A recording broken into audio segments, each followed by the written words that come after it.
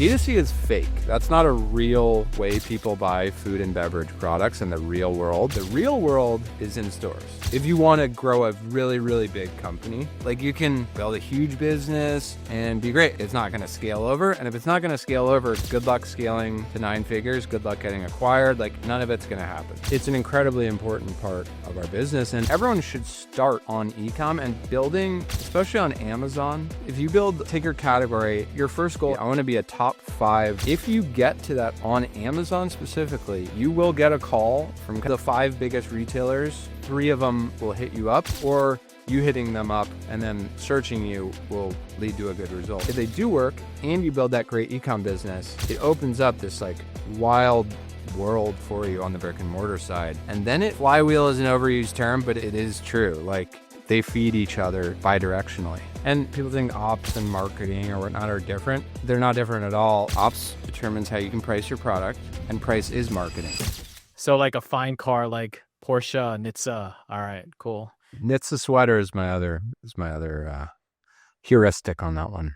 Dude, I was doing some pre-show like research on you, and I just learned that you are a Harvard neuroscience grad, and you chose D2C. Yeah, that's a bit apocryphal. I say neuroscience. I was a poli-sci and psych/neuroscience major. So a little bit of everything, but neuroscience was what I was most interested in, put it that way. Yeah, just neuroscientist over here. Very cool. All right, let's go ahead and shoot this thing. You ready? Let's do it. All right, in 3, 2, 1. Welcome to the Awesome Pod, where we talk a lot. E-com is the path that we walk a lot. From 4 point of views when we're talking shop. Amir from the agency and Jimmy from SAS. John has an Android, but give him a pass, cause he's an operator building brands like a carpenter. And that's Brian, he is the marketer. Like I said, this the Awesome Pod, where we talk a lot. E-com is the path that we walk a lot. From 4 point of views when we're talking shop. What is up, everyone? Welcome to the Awesome Pod, and a show about perspective from the eyes of an agency, SaaS operator, and a marketer. Today, we're back with another digital edition of our pod here, and we have another very special guest in the house. As you kind of heard probably in the pre-show role, a neuroscientist on the show. So this is our very first neuroscientist. But Will Nitze, Nitze, right? Nitze? Nailed it. Yeah, Nailed it. IQ Bar, right? So this is a brand that has been shaking up the better for you snacking space with body and brain nutrition. We're going to dive in today into his journey. We're going to learn about the ups and downs about building a CPG brand. And we really want to pick his brain about the things that he's learned all the way. So Will, dude, welcome to the show. Thanks for having me.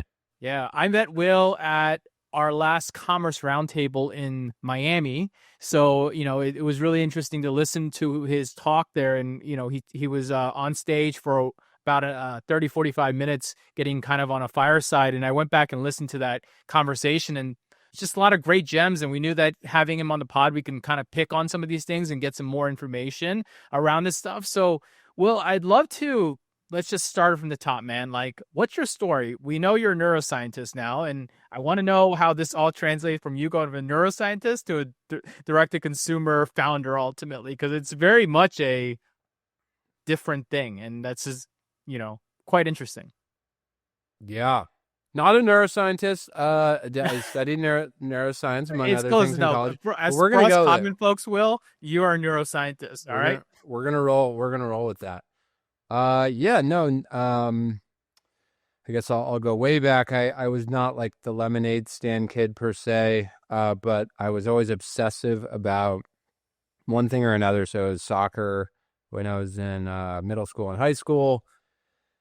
And then I got really into academics because I wanted to get into a good college, and then got in Harvard. And then at that point, I had like made it quote unquote educationally in my mind. And I partied fairly hard for the first, I would say 2, arguably 3 years of college, until I learned that, and I didn't, part of that was I just wanted to let loose. And part of it was there were no disciplines that really spoke to me academically until I hit psychology and neuroscience. And that was the first time I was like excited to go to class.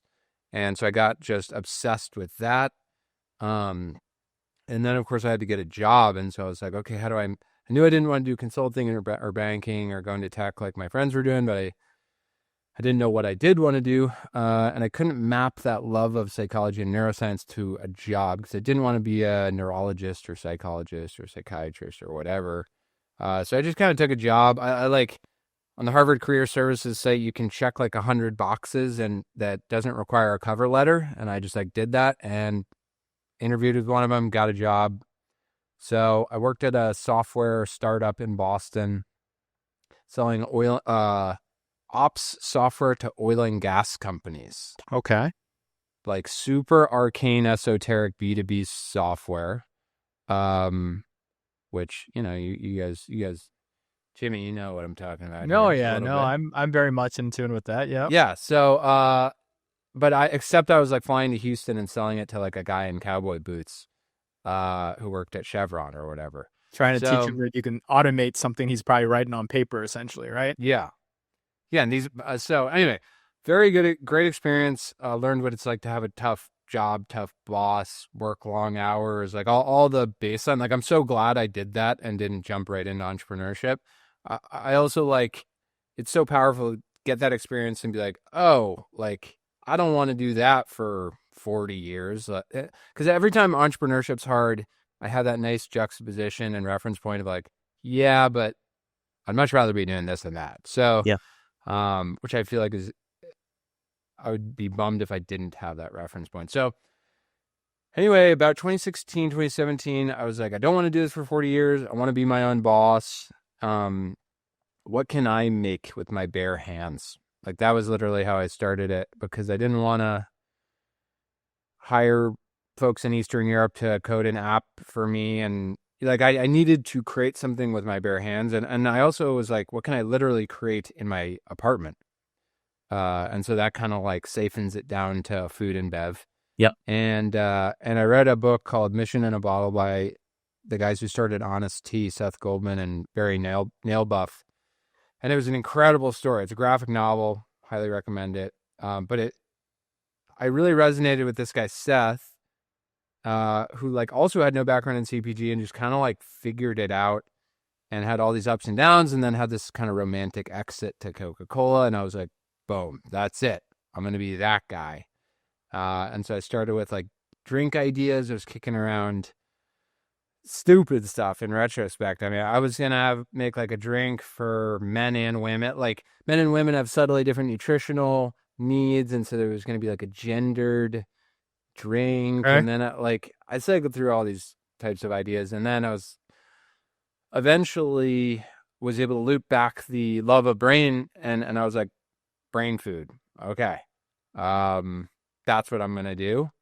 And anyway, I can get into like all the crazy stuff I did over the course of the ensuing year after I made that decision, but that was the circuitous path. What was the aha moment there? Like, what was the click moment where you were like, this is it. This is where I'm going to go all in finally, after kind of thinking about all these? I mean, it sounds like you tried a lot of fun little stuff along the way. Yeah. There wasn't one. There wasn't. So I actually think the aha moment thing is like a fake thing. Okay. Because it's sort of, the aha isn't even what you actually make, you know, and I think it's just like your aha is a decision to do a thing, do a hard thing, and then that happens over a long period of time. But there was no one moment. I would say like, maybe if I could drill down to one thing, it would be, I knew I needed call it 6 months to a year to develop the product. And I knew I would need to be devoting, call it 100 hours a week to working on it. But I also was broke. And so I walked into my boss's office one day and I said, what if you cut my salary in half and I worked half the hours? Like, would you do that? And he kind of knew I wanted to do my own thing anyway. He's like, let me think about it. And the next day he's like, okay, deal. So then I worked 20 hours a week and I could work an additional 100 hours on top of that. And the beauty of that was I had no shot clock. It wasn't like I have to launch by March or I'm screwed. I could pay my rent, I could buy my groceries. And so I actually thought originally it'd be like a 3-month process, and it was like a year process. And thank God I did that, because I would have been out, on the street or whatever. So I would say that was the aha moment when he said yes to that. I was like, let's go. And where are you living at this time, Will? I was in Boston. You're in Boston. So when you were living in Boston, developing your ultimate recipe of the first IQ bar, was it like trial and error in regards to getting it nailed down by having family and friends try it first? And then eventually you were like, hey, maybe I'm onto something here, because the more iterations you have come out with, the more family and friends love it even more.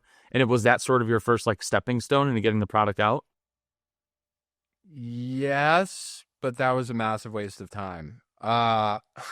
So food and bev is like a weird world, right? So, like what kind of everyone does is you'll go to a grocery store and you'll buy a bunch of ingredients and you'll like make it in your kitchen, which is like not at all reflective of how you actually make things in a factory. Because there are things like, tapioca fiber, right? Like you can't buy that at a grocery shop, but that's a key input to your product or whatever. So, but it is generally where you start, and that's how I started. And one of the cool things about food and bev is, to a degree, they give you the answers to the test before you take the test. You can go buy an RX bar and buy a Quest bar and just look at the back and, oh, that's exactly what's in this. Let's start there, right? So it's just kind of something I've always appreciated about food and bev. Like IP is not a thing in food and bev. Like anything, ultimately, yes, there's like, it's hard and there are complex manufacturing processes, but ultimately what's in the product is not how you win. So yeah, I just started messing around with stuff. And then I took I would say a analytical approach to it, in that I said, okay, what are things that have been shown to be good for the brain, across a bunch of studies? And it's like vitamin E and MCTs and lion's mane and blah, blah, blah. Okay, I have a list. Okay, what are the whole food ingredients that are richest in those things? Okay, for vitamin E, it might be sunflower seeds and like almonds and whatever. And then I just like had a list of inputs, and I was like, okay, can I create like a consumable thing out of this? And there was so much trial and error, because there are things like curcumin or resveratrol or these kind of arcane compounds that are great for your brain, but they cost too much. Or they, curcumin turns the bar yellow and then it stains your fingers. Okay, so that's not going to work. So you just kind of like trial and error your way down. And that's to speak nothing of cost, right? Like the ultimate, I would say the hardest thing in food and bev is not creating a good product. That's a major misconception. It's creating a good product at the right COGS level. That people miss that all the time, because they're like, they'll see a company that has a great product and they go out of business and they're like, I don't get it. It was such a good product. It's like, well, yeah, they did half of the work. Like they had to have done that at half the COGS, because they priced themselves out and therefore they couldn't sell in Costco and therefore they couldn't scale, or whatever it is. So that's actually the hardest part, is right sizing the financial piece. Interesting. Yeah, it's such a good point too. Even in like pet, it's such a weird. So in the frozen food space, for like your Farmer's Dogs of the world, right? Which technically they're a competitor of ours, even though we're raw. It's always like, people are always like, hey, what do you do differently? It's like, the food is food, right? There's turkey, chicken, beef, lamb, right? You have your vegetables, we have our vitamin mix like everyone else. But ultimately, it's not like you're saying, which I think a lot of people do get wrong in food and bev. It's, they talk about the ingredients too much and not necessarily the availability of product to the masses. And I think that's what sort of you hit a home run on at Commerce Roundtable in Miami, where there was a lot of people in the stands, I'll call it Jimmy, but Jimmy's seating arrangement there, that were like, yeah, man, that makes a lot of sense. You're like, dude, Dollar Tree, I'll go in the Dollar Tree. I don't care. And I think that's the big thing. I do give a right? I want to go into Dollar Tree. That's the thing. But yes, I think that's a huge take home for most folks, is just get your product out there. Well, here's the other thing that people in D2C land like don't get. like D2C is fake. That's not a real way people buy food and beverage products in the real world. And I think it's like 90+% of food and bev dollars spent are in brick and mortar. So the real world is in stores. If you want to grow a really, really big company. And so a challenge a lot of people run into is they like optimize everything around this fake world, right? Which is great. Like you can build a huge business and be great. It's just, it's not going to scale over. And if it's not going to scale over, good luck scaling to 9 figures. Good luck getting acquired. Like none of it's going to happen. So that's fine. Like just decide what you want to do. But if you do want to cross the chasm and get true scale, then the unit economics on D2C or whatever, Amazon, whatever digital platform, you have to be able to connect the dots to brick and mortar, which is way more ruthless price-wise. And so you can have this premium, whatever, hot sauce or what have you. And that's great. You can build a really nice business, but like oftentimes people will create financial structures that like there is no path to crossing the chasm. And then they're like surprised when they can't. So it's like, this is why it's so hard. You have to think about things like price pack architecture. And, we sell a 12 count on our website. We sell a 4 count at Walmart. We sell a separate 12 count at Sam's Club and BJ's. We sell an 18 count at Costco. These are highly like complex. And by the way, all of them are price matching each other, right? So, and now it's even more complicated because Walmart.com and Target.com are price matching Amazon and vice versa. And it's not even, it used to be like for like. If I sell the exact same SKU, okay, I can't price it the same. Now they're doing it by unit. So they'll price match a 4 count to a 12 count and they'll just divide it by a bar. So it's like never been more difficult to coherently stitch together like price pack architecture across all digital and all brick and mortar. So anyway, that's a long-winded way of saying, like, if you want to build a big business, don't like pigeonhole yourself in a digital context, in a pricing context that will never scale. Makes a lot of sense, actually. All right, I want to go back one step real quick. Well, I know we're going to move forward, but when was the moment when you were like, this bar is ready for sale? Like, what was that moment like? Was it you were just making and baking? I'm assuming you're like literally putting them together, making them into the oven and cooking them and then trying them yourself. I'm assuming as what step 1 was. When was like the moment that you said, this formula is the one to go to market with? Like, what was that like?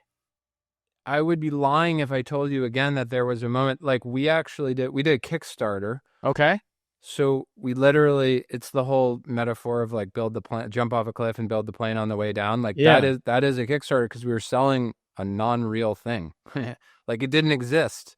We were selling air. Yeah. And then once we sold like whatever it was, $75,000 of it, we figured out how to like turn the air into a product. And that's just how we did it. All right. Other people will do it. No, I think it's interesting because everybody has a different thing. And clearly you hit product market fit and you've got it, distribution and everything working for you. So I always wonder, I do understand the product matters and doesn't matter at the same time, right? There's like 2 elements to that whole story. But I always wonder, like, when do you know you're ready? Like I feel like that's something that young entrepreneurs get stuck on often is like, they keep trying to create perfection, which is where it sounds like to you just want to jump off and run. And like, that's not a typical thing that you see sometimes, especially when you're doing consumable.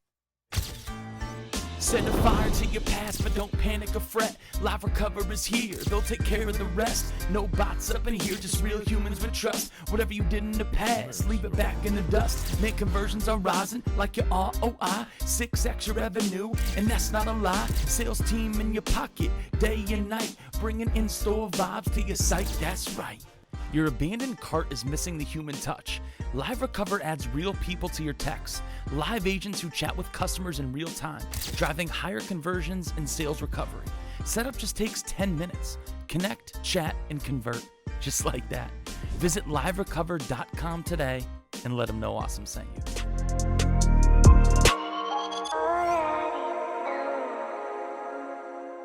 You're going to be wrong by a lot on your first version, right? So I could even say like, oh, I knew I could go to market with this. Well, this will be wrong. I just guarantee you it will be wrong.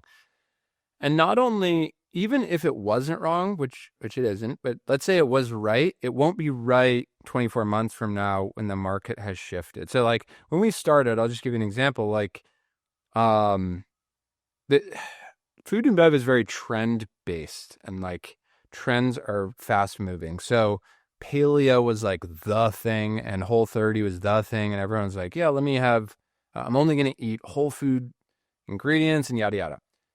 Like a year or two later, keto was the thing, which is almost the inverse of paleo. It's like actually the label can be super dirty, and it's all about just net carbs and low sugar and da da da.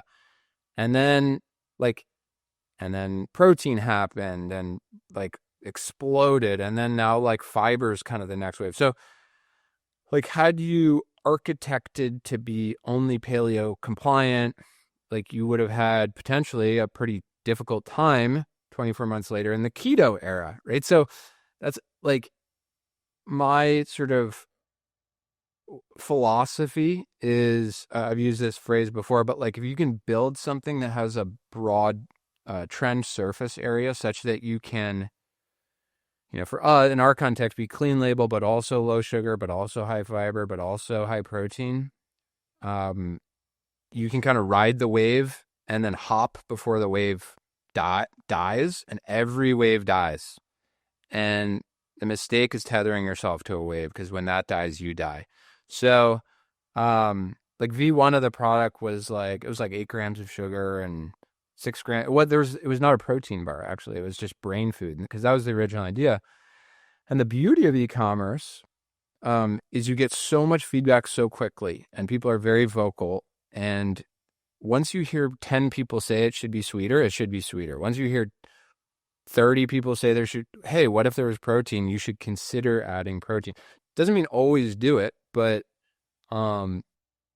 basically like do an analysis of like, oh, here's the trend landscape. Here's our identity. Like we don't want to stray from our identity. We don't want to like move in random directions, but and just like constantly be running that analysis, because that is product market fit, right? Sure. Like the aggregate of all that is the definition of product market fit. Very cool. All right. So Will, you're bootstrapped, right? You guys did a Kickstarter, but you guys didn't actually raise or give away equity at this point, or what's your situation? No, not at all. I would say we were like, so I still own more than half the company. Okay.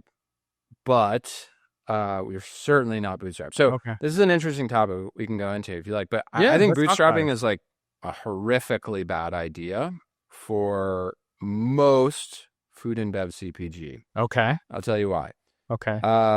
Owning 51% of a business, let's say, is the exact same as owning 100% of a business for all intents and purposes. The only difference is when you exit, you get a different check, right? Sure. There's a couple of sub differences. Maybe you have a board and I meet with the board, but you are the dictator. Like you call the shots. No one you can't be fired, like yada, yada. So if you could, let's say, raise $10 million. So we've raised, I think, $9.5 million, but we raise less money more often. So we raised $600K the first year. Year after that, we raised $1 million. Year after that, we raised $2.75 million. 2 years after that, we raised $5 million.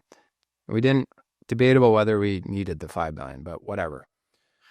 But I still control the company. So by doing that, we moved at least twice as fast, probably closer to 3 times faster.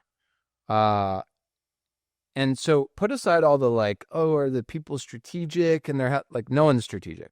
That's a lie. That's a myth. In 9 out of 10 cases. Yep. But like money is money, and money is, if you are like a good operator, incredibly valuable. At some point, you have to turn profitable. And we also lived through, when we started 2018, no one cared about profitability. Juice your top line. You're going to sell on revenue multiple. Who cares? And then fast forward to 2022, everyone who built that model is like dead or dying. Sure. And more or less, you can't fix that model. If you have a capital stack and a cap table such like that's built around model A, it's almost impossible to move to Model Yeah, it's B. like in the DNA of the company almost too, even like the way that it operates and the way that the company thinks. Like it goes so deep in what you're talking about right now. It goes so deep, and you might as well start over because like you're probably super diluted down. Now you're probably going to have to sell on an EBITDA multiple, but you're going to have to hamstring growth. And so your company's not sexy anymore. And like, it's just it's a spiral. So we were like somewhere in the middle, but always the goal was we have to get to profitability, mostly because I needed to control the company. And so we did it like just in time. So we were actually unprofitable for 5 years, but we're growing super fast. Our first year was 2 million in rev. Second year was 4. Third year was 7. Fourth year was 12.5. Fifth year was 27.5. And the sixth year, when we went from 27.5 to 59, which was last year, we flipped profitable. And it was like just in the nick of time. It's also not, of course, there's like profitability and then there's cash flow. You have to be the real key is being cash flow positive, right? Because you straight up need cash to produce physical inventory. And we can do a whole other podcast on lines of credit and whatever, but at some point you need that too. But yeah, we timed it well, and I think, and now we're like home free. So how many employees do you guys have right now, Will, across the company between like manufacturing? Do you guys co-pack or you own manufacturing? How does like the structure of the business work right now? This is another very interesting topic because I think anyone who's dogmatic about any of this is a moron, right? Because like people will be like, never self-manufacture, or like you have to like anyone who's absolutist is wrong. So it's highly, highly, highly contextual. In the bar space specifically, and even more specifically, the shelf-stable bar space, probably you want to use a co-packer. It's very hard to make the argument that you should self-manufacture because standing up a line is for 2 reasons. Number one, capital. So you're going to have to raise, call it $5-6 million just to stand up the ability to produce your own product. The second piece is you are now in the manufacturing business. So you're running 2 separate businesses, both of which are incredibly hard. And hiring labor and motivating labor and training up labor and getting all the certs you need, passing audits. I mean, like a Costco audit is insanely hard. A Starbucks audit is insanely hard. All these retailers send auditors to the facility and they just grind you down. So you have to like do all that in addition to finding product market fit, but all the rest of it. So it's a very high watermark for like it being the right move to self-manufacture, but some people have done it. Like Quest Nutrition was an example. They did it. And so it's like, again, like have your opinion, but like there's going to be like meaningful exceptions. And then in other form factors, it makes a lot more sense to self-manufacture. Like the bar co-packer ecosystem is extremely big. And so you actually have a lot of leverage if you make a lot of volume. Whereas let's say I'm making a like really unique puffed quinoa snack or whatever. Well, cool. There's like only 2 co-packers. And so actually it's a lot more compelling to make that myself because I can't play many people off each other and blah, blah, blah. So it's just, you have to run all that math and it's very category specific. Yep. And how many people are in the company right now, Will? 9. 9 people total, including you. Wow. Okay. Yeah. Wow.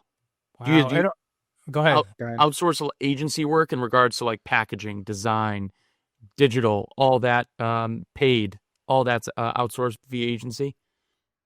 We outsource everything.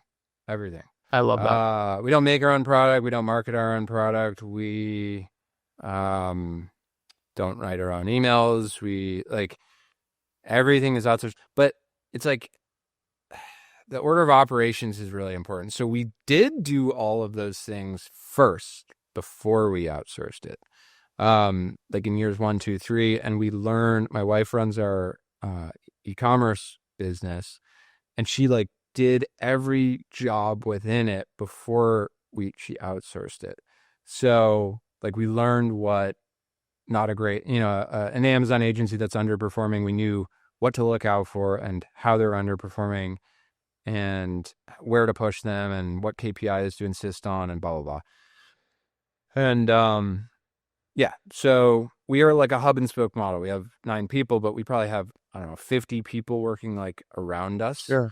That's why I feel like totally out of place in the whole DTC sphere because everyone's like nerding out on media buying. I'm like, I think about media buying 0.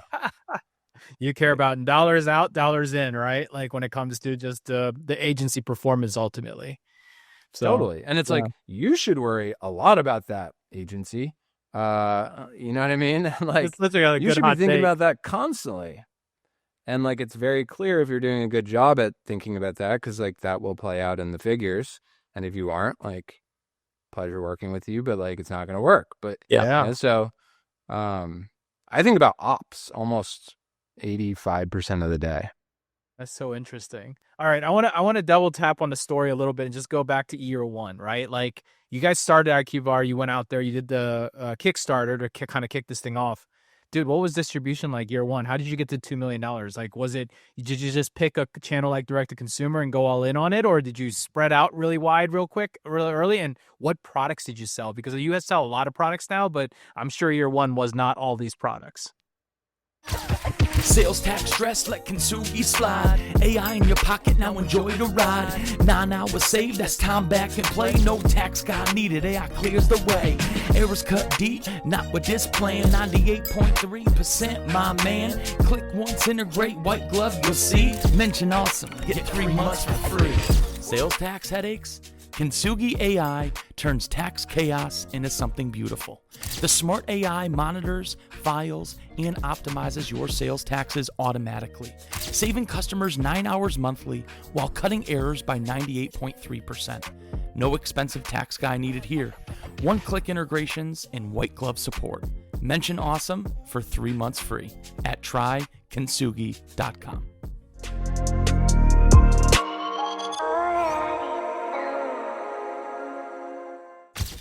Yeah. No, our product strategy was terrible. Again, you're so dumb at the start, right? So you look at whatever, a LinkedIn feed or a Twitter feed, and you like hear from like veterans or experts or whatever, and you make all these choices, and then very quickly, like actual trial and error demonstrates that most of those things are not a good idea. So like there's like the playbook, right, of like, if you're making a food and bev product, you want to go in natural. And like, that means like whole foods. And so everyone's like, oh, how do I get into whole foods? And so they architect their products and product strategy, and by the way, pricing strategy around what works at Whole Foods. And so like our first chocolate bar was not like chocolate sea salt. It was like cacao almond sea salt, because I thought that's what, cacao is cooler than chocolate and it's more natural. I get it. And then instead of lemon blueberry, it was like blueberry, sunflower, walnut, or whatever. And just like very quickly, I learned that is not how you build a big company. It's actually the opposite of how. That's like the funny thing. A lot of conventional wisdom, it's not only wrong, it's like literally the inverse of that is the right answer. So, and the problem is we're all exposed to conventional wisdom so much more. Like, it's not like the guy who sells Jack Link's jerky is on Twitter, right?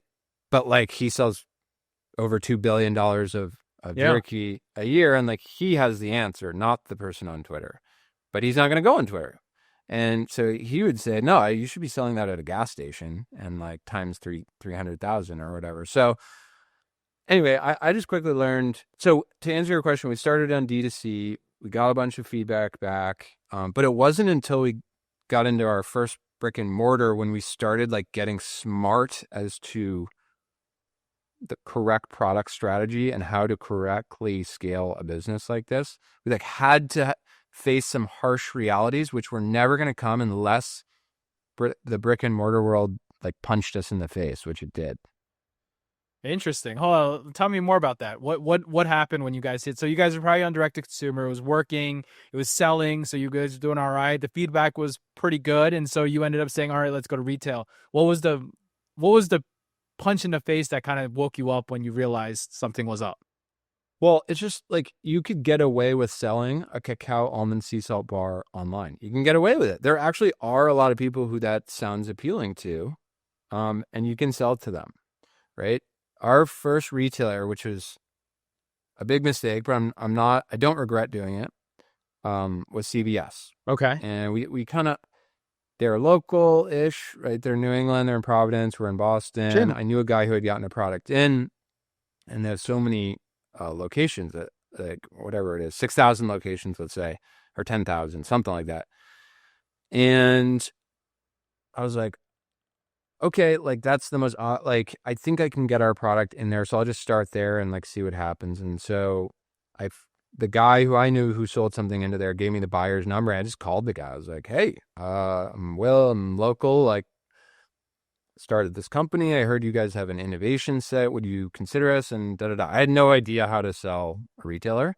And he's like, oh, that's maybe interesting. Send me samples and send me a deck. And I did that. And anyway, one thing led to another. And they're like, okay, this is maybe a fit. We're going to put you in 3,000 stores. Wow. Okay. So, which is like every town and city in America, basically. So we went from, and by the way, we were making 20,000 bars a production run. And that necessitated making like 250,000 bars. And so it was a crazy moment. We had to find a new co-packer because our first one couldn't do that. We found this new co-packer in upstate New York, and we made 250,000 bars. There's some micro stories in that, like crazy that went wrong, but whatever. We made it, got the product out, and it was sitting in a brain health like end cap in the back corner of the store. It wasn't even in the bar aisle, and like, man, was that a good MBA in like what not to do in food and bev. And so, like I was saying earlier, cacao almond sea salt, that works digitally. That does not work in CVS. And so it was just, we got punched in the mouth. We were like, I think half of the product expired. We actually ended up breaking even because we had like a huge margin out the gate. But yeah, we were like, oh yeah, we're going to make 400 grand in profit. And all of it was billed back to us. Wow. And it was just such a good lesson of like, first of all, don't say yes to everything. What works online does not work in retail. And location, like so many sub lessons, location, even within the retailer is incredibly important. The positioning, like branding, blah, blah, blah. So, yeah, we just got smart after that. And No, I hear a lot of stories about brands that were selling direct to consumer, and they had great landing pages or demonstrable product showcases and reviews and all that. And they go to retail and try to sell with that same package. And to your point, they get punched right in the mouth because even packaging has to be different from an online perspective versus what a retail, because you have to put everything, especially in your size, a little bar, you've got to literally get so much attention that you can get a person to pick up the bar and look at it and then turn it around, and that information has to be right in front of you. Where online, you've got infinite space, white space, that you can put all sorts of information on and sell that information. So there is a different art to selling when you think about it. And that makes a lot of sense when it comes to it. So that's really cool, though. That was a great story. I mean, learning about this, because I think this is an experience that a lot of people will face when they go from the whole direct-to-consumer early start to retail, which was always like, and this, Will, like, the early days of why direct-to-consumer was an attractive kind of channel for many people was because they could skip the challenge of retail, the chase of, fighting buyers and trying to get into retail and doing all that stuff, and they could just go to the consumer and start making money. But I think a lot of people forget that, the reason why direct-to-consumer has a unique limitation is because really that was never supposed to be the model for mass distribution in order to actually really get volume under it, because you can only get so much volume until you run out of cap, especially at, how much is a bar, like $4 or $5 at max, right? Like even cheaper, right? $3. I don't even know. And what we your sell bar- for like $1 a bar at Costco. There you go. So for $1 a bar to sell online, I mean, you've got to get people to be spending $30, $40, $50 for it to really make sense. Otherwise, right? I'm assuming, which is why Yep, retail works totally. way better. Well, but here's the nuance. Like, I don't mean to poo-poo e-com. Like, we have a $50 million e-com business. Sure. So it's an incredibly important part of our business, and was the majority of our business until this year. This Okay. is the first year retail is bigger. Okay. I highly recommend people start. Everyone should start on e-com and building, especially on Amazon, building a really, if you build, take your category, your first goal, in my opinion, if you're in food and bev, should be, I want to be a top 5, whatever, bottled water Sure. company, bar company, chip company. If you get to that on Amazon specifically, you will get a call from Walmart. You'll get a call from Costco, whatever. Like, of the 5 biggest retailers, 3 of them will hit Will you call up, you. or you hitting them up and then searching you will lead to a good result. And so it's an incredible way to transition into omni-channel to build a really good business. I would just harken back to my earlier point of like, it's not going to work if the economics don't work. So, Sure. but if they do work and you build that great e-com business, it opens up this like wild world for you on the brick and mortar side. And then it really, flywheel is an overused term, but it is true. Like, they feed each other bidirectionally. No, that makes, yeah. And, one of the things you mentioned early in the show that I want to kind of come back to right now is COGS, right? You mentioned basically you sell more bars, you make more money, right? But talk about this at an early founder stage. When you were thinking even at the earliest stages on year 1, year 2, was this something that ran through your head constantly and you were optimizing for it that early on? Yeah, because we were losing money. We lost $1 million every year for 5 years. So, Okay. and that's not actually a lot. No, not at all. I mean, when you were losing, I don't know, everyone has a different personality, right? But Sure. like, I am just anxious when I'm losing money. If I look at my P&L at the end of every month and it's red, like, I'm thinking like, what could I possibly do to get that in the black? Sure. And I thought that every month for 5 years. So there aren't that many levers to pull, right? There's like COGS and overhead and like other expenses, marketing and whatnot. But like, if your marketing's in a decent spot and your customer acquisitions and LTV are in decent spots, like, it's COGS and overhead. That's it. So, we, as 9 people, right? We have pretty damn low overhead. So it Sure. really is just COGS. Yeah. And so, like, I obsess over COGS. It's like I take sick pleasure in like shaving a 1/10 of a penny off of Sure. COGS. And I think there's like a way longer menu of ways to optimize COGS than people think. Sure. People think like, oh, like an almond's an almond. An almond's not an almond. Like, there's so many ways to slice and dice it. You can contract around it. You can buy in of course, bulk. You can ship in bulk. Shipping a truckload is very different than shipping 2 pallets. The almond market goes up and down, and you can do an RFP or not. Like, that's just one item. We have 50 of them, and so and then the other part of COGS is labor, and labor is actually far more elastic. It's much easier. Like, you can get quick wins on COGS, and then you're gonna hit a floor on COGS on materials, and then like, if you have 20 cents of labor, you should be able to get that to, like, per unit, you should be able to get that to 5 cents. And every cent is $1 million Sure. for us. So literally every cent, actually more than $1 million of EBITDA. So it's just so the stakes are so high for each cent. But I would be lying if that, like, I think about this now, right? This is another thing I hate when people do, is like, they'll talk about something now that like actually wasn't on their mind in the moment 5 years back. Like, in the moment, like make no mistake about it, product market fit is the most important thing, Sure. because that then helps you get volume. And then once you have volume, you can twist the dials on COGS. There's actually not that much you can do on COGS until you get volume. Sure. So your goal number one is find product market fit, which should unlock volume, which then should help you twist dials on COGS. Yeah, so true. And I think, like, back to your point, like, gosh, I mean, we were just gotten into retail not even 2 years ago, but I think coming in 2 years ago with Adam, who took the family business over, finance background, and our COGS also work. So we're the manufacturer of the food, but then also we were the fulfillment of our customers, right? Well, when we were our own fulfillment, we didn't give a about what Larry, Tony, and Tommy did in the back. Put it in the box, put dry ice in it, and get it to the customer.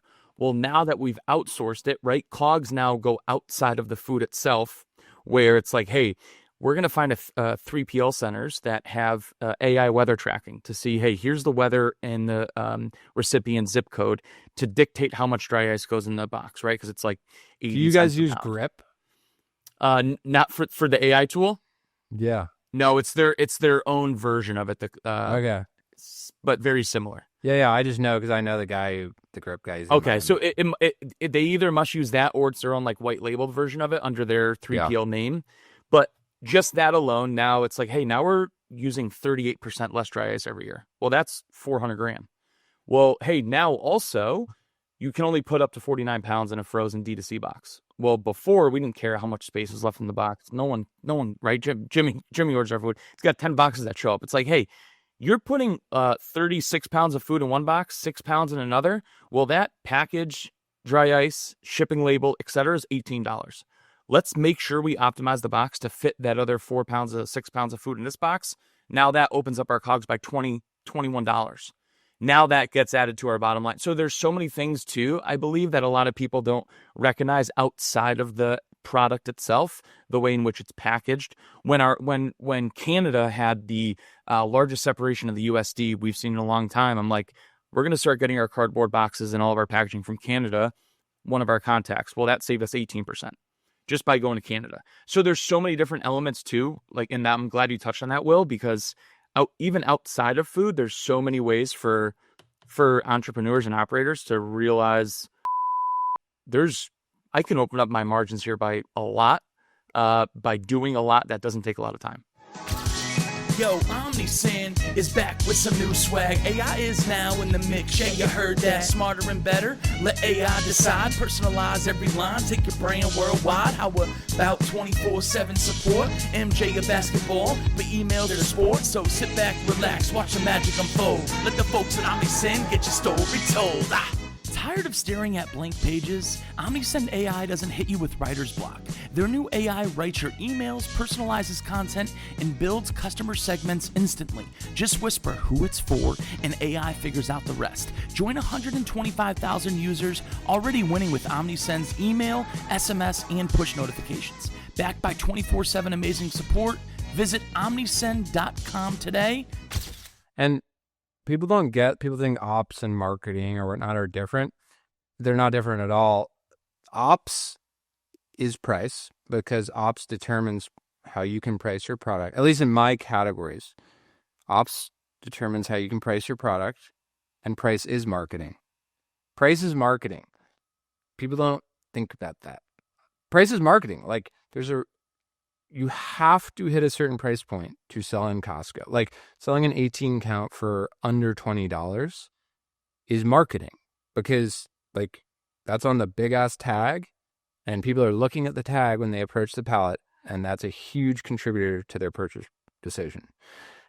That's like upstream of that is ops. So people divorce the two. And again, this is like the difference between e-com and brick and mortar, right? So in e-com, maybe I priced it at below 20, but now it's not 18 bars, it's 14 or whatever. But like, so it flies there, but it wouldn't fly in brick and mortar. And so, yeah, like, and the other thing I would say is it's literally the difference between a profitable business and an unprofitable business. You can be like an incredible sales and marketing person. You can be inspirational. You can be great at hiring a team. If you can't get like the ops and supply chain and boring logistics stuff right, it's like negative 5% EBITDA and positive 5% EBITDA. EBITDA is the difference between going out of business and like having a default alive business. Like it's literally existential. So Makes true. a lot of sense. And it's stuff to back to your point too, Will. It's stuff not a lot of people talk about in your traditional platforms now, like LinkedIn and X. It's not sexy. It's not sexy at all. I mean, I know Jimmy hates it. I just like I harp on it all the time because I love talking about it, and I'm like, man, it's just like scrolling sometimes on X. Jimmy's like, why aren't you on X? I'm like, sucks. I hate it. but yeah, it's not it just isn't interesting, and it sounds obvious. Sure. I think that's why it's like, of course you want a lower cost item. It's like, yeah, obvious, but it's like it's all in the details and how you architect a lower price. You like learn to find it interesting. You learn once you start obsessing over it, right? Yeah. Like shipping alone, we obsess over. But yeah, again, no one's going to talk about it, and therefore people won't focus on it, and therefore people will.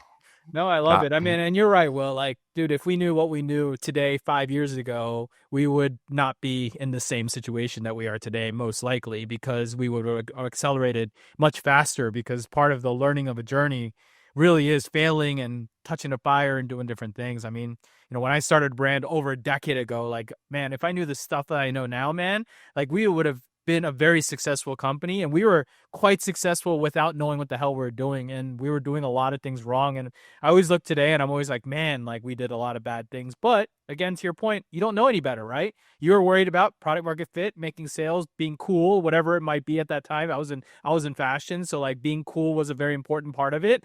And so, like these are the things that we thought about ultimately. So it makes a lot of sense.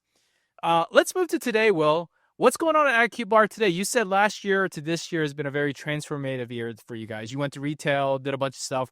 What was it? Is it just simply the retail push that you guys have done that has skyrocketed you guys this year? Or what was the big kind of change this last year as we get to today?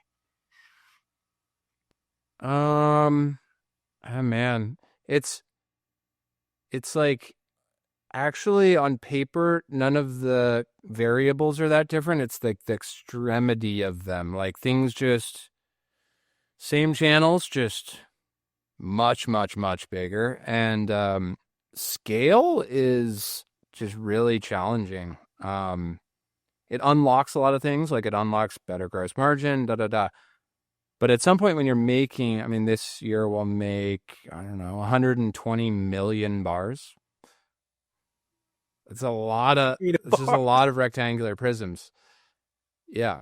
And by the way, like, 15 million stick packs too. But it's a lot. And your surface area of things that can go wrong is really big.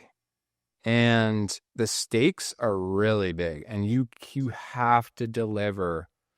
This is one of the big challenges of retail. Like e-com's fairly predictable. It's like fairly linear, and it's like, cool, we just keep kind of like growing, and each month is bigger than the last and profitable. Great.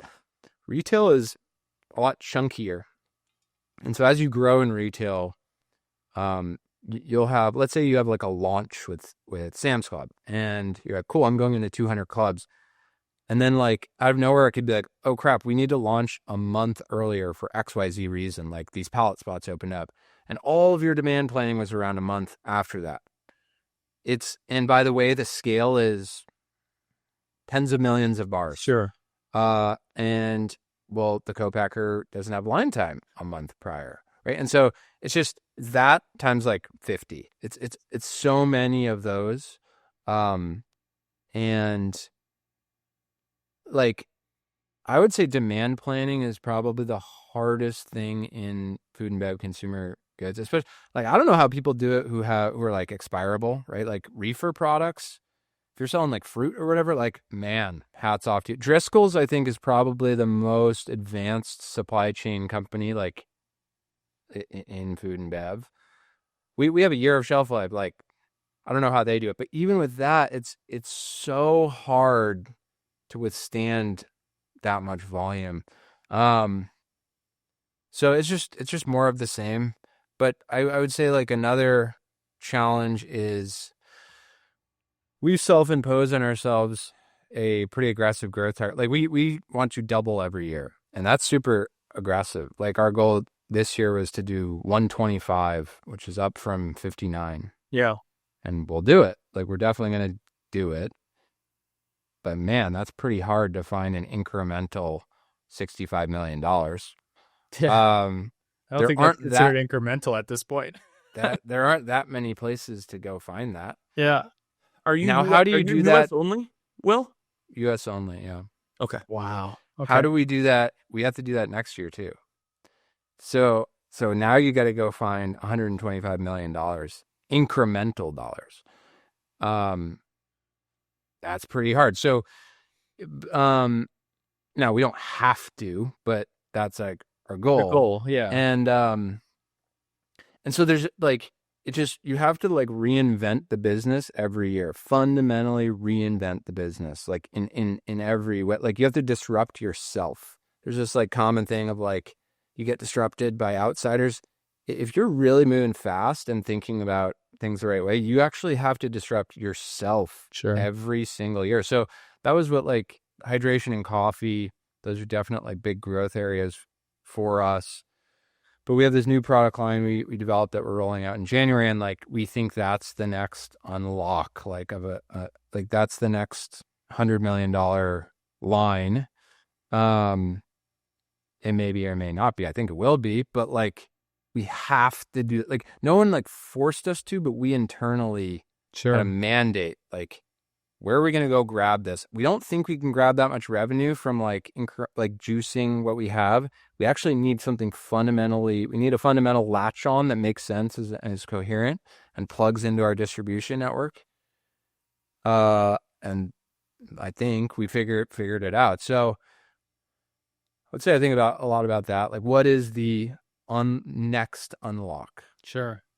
And the unlock has to be big. Like it can't be like, yeah, because at your scale, especially right now, I mean, what's another $1 million unlock going to do? It's not going to do anything for the needle. That doesn't do anything. Yeah. Which is like a hilarious thing. Like, remember, like in the early days, you're like, oh, damn, we did $1 million. And now it actually, like, we'll have $1 million opportunities. And it's like, that's actually not worth our time because it's going to take away from something bigger. Yeah, exactly.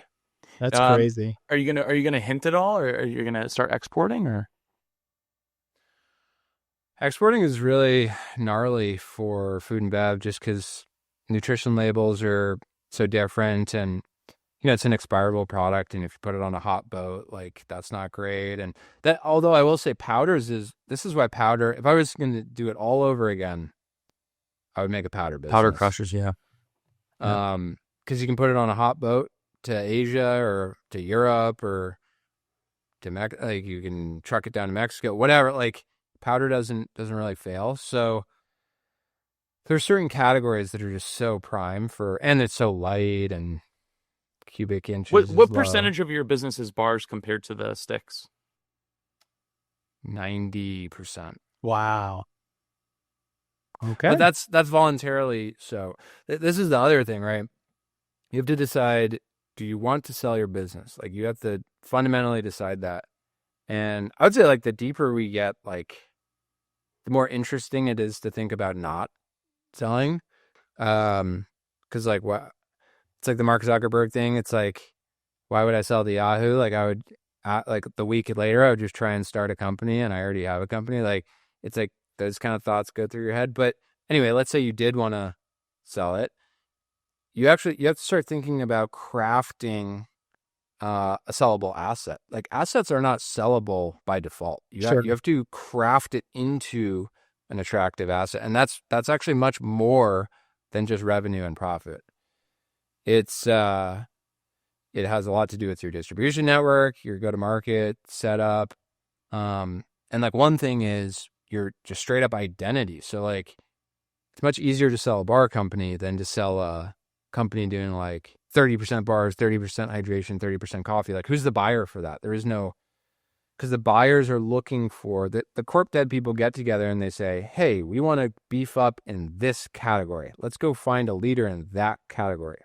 they're not going to buy a portfolio. They're going to buy a bar company or a chip company or whatever. And so if you muddle up your asset, you're just less sellable. So anyway, it's intentional to be like super weighted in one direction. But the kicker is you have like an upside. You're like, hey, you acquirer now have this great call option on these other categories. And that, by the way, can be big. And here's some charts that show that they can be big.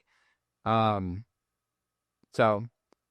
if I was running a business like purely like maximize revenue and profit, I might actually do slightly different things. Like I might push hydration much harder. But we have to like think about crafting the right asset. So what is the 5-year plan? And do you have a plan? Like if I asked you, well, like perfect scenario, what happens in 5 years with IQ Bar? We will have sold it, hopefully. Got it. Like I said, it gets more interesting to not, but ultimately, like you take investor money and it's part of the got to give your investors. Yeah, you got to give your investors a return, and but no, I mean beyond that, I mean that's just like something that happens along the journey. I think you're just, again, we have to find new unlocks. So part of that's product, part of that is channel. So C-store, as an example, convenience store, is this just gargantuan channel. There's like 300,000 plus doors. There's a reason Celsius is a $12 billion company. There's a reason Red Bull owns a bunch of sports teams. Like they unlock C-store. C-store is the final boss of retail. And we're like super shallow there. So that's like a more go-to-market unlock. Again, unlocks can be product lines. They could be a go-to-market unlock. They could be a COGS unlock that allows you to sell the Dollar Tree, whatever. Like, but so that I want to achieve that unlock. I would say like within the next 5 years, like how do we crack C-store? I mean, it's the same, the 4 Ps, product, price, place, and promotion. Like those are the 4 Ps of marketing. It's also the 4 Ps of operations apparently too. Huh. Never knew that. So that was a good learning for me. I never thought about it like that. I was hoping you'd bring this up too, because you guys are, number one, you're everywhere. To me, the average consumer, right? The average, I guess, consumable consumer. But then I am I switched from Zyn to Velo just because they have 9 milligram. Because I'm addicted. And I was very intrigued driving down very busy road, right? So Bristol, Connecticut, say there's 40,000 people in it. There's anywhere from 17 to 20-ish gas stations and convenience stores, and like almost like a 2-mile route down the street. That's how many there are. Super populated. So I knew this episode was coming up, and starting last week, all I did was get a tin from a different place until I found an IQ bar. I hit all of them by today, not in one of them. So I'm like, okay, if Will doesn't bring it up, I'm going to bring it up. But like I was going to like do something funny with this, but I didn't really think of anything funny to do. But like everyone's in there, not everyone, but for a majority of the part, the question I was going to bring up is the distribution for those gas stations and stores. Do they all go through the same key pillar distributors, or are they all different based upon gas station and is there a C-store ranking in different distributors that they utilize? Is that why it's so hard to get into? It's hard for a variety of reasons. Number one is the consumer is different, right? That consumer is usually like in and out quickly. They didn't go there to grocery shop. It's far more impulse driven. So they didn't have a grocery list. It's impulse, right? So you have to, this is kind of fun, right? You get into the psychology of the consumer. Even the same consumer, their psychology is different in different places. Like my mind is operating differently in a Whole Foods than in a Wawa, let's say. So it has to work on impulse. It's very expensive. Like it's heavily promotion driven. So it's like 2 for $4, 3 for $5. That kind of stuff is very important in C-store. Like it's a price conscious consumer. It's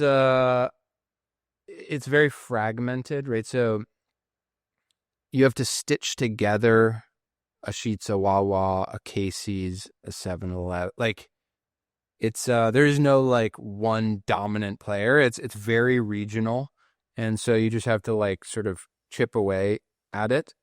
And the distribution is partners can be challenging. It's not just selling to the retailer. You're gonna have to work with, call it 6-7 different distributors who are all gonna crunch you on margin, and it's really complex. Like the energy in, revenue out ratio is not as good as it would be for like e-com or Walmart or Target or whatever, Costco, Sam's.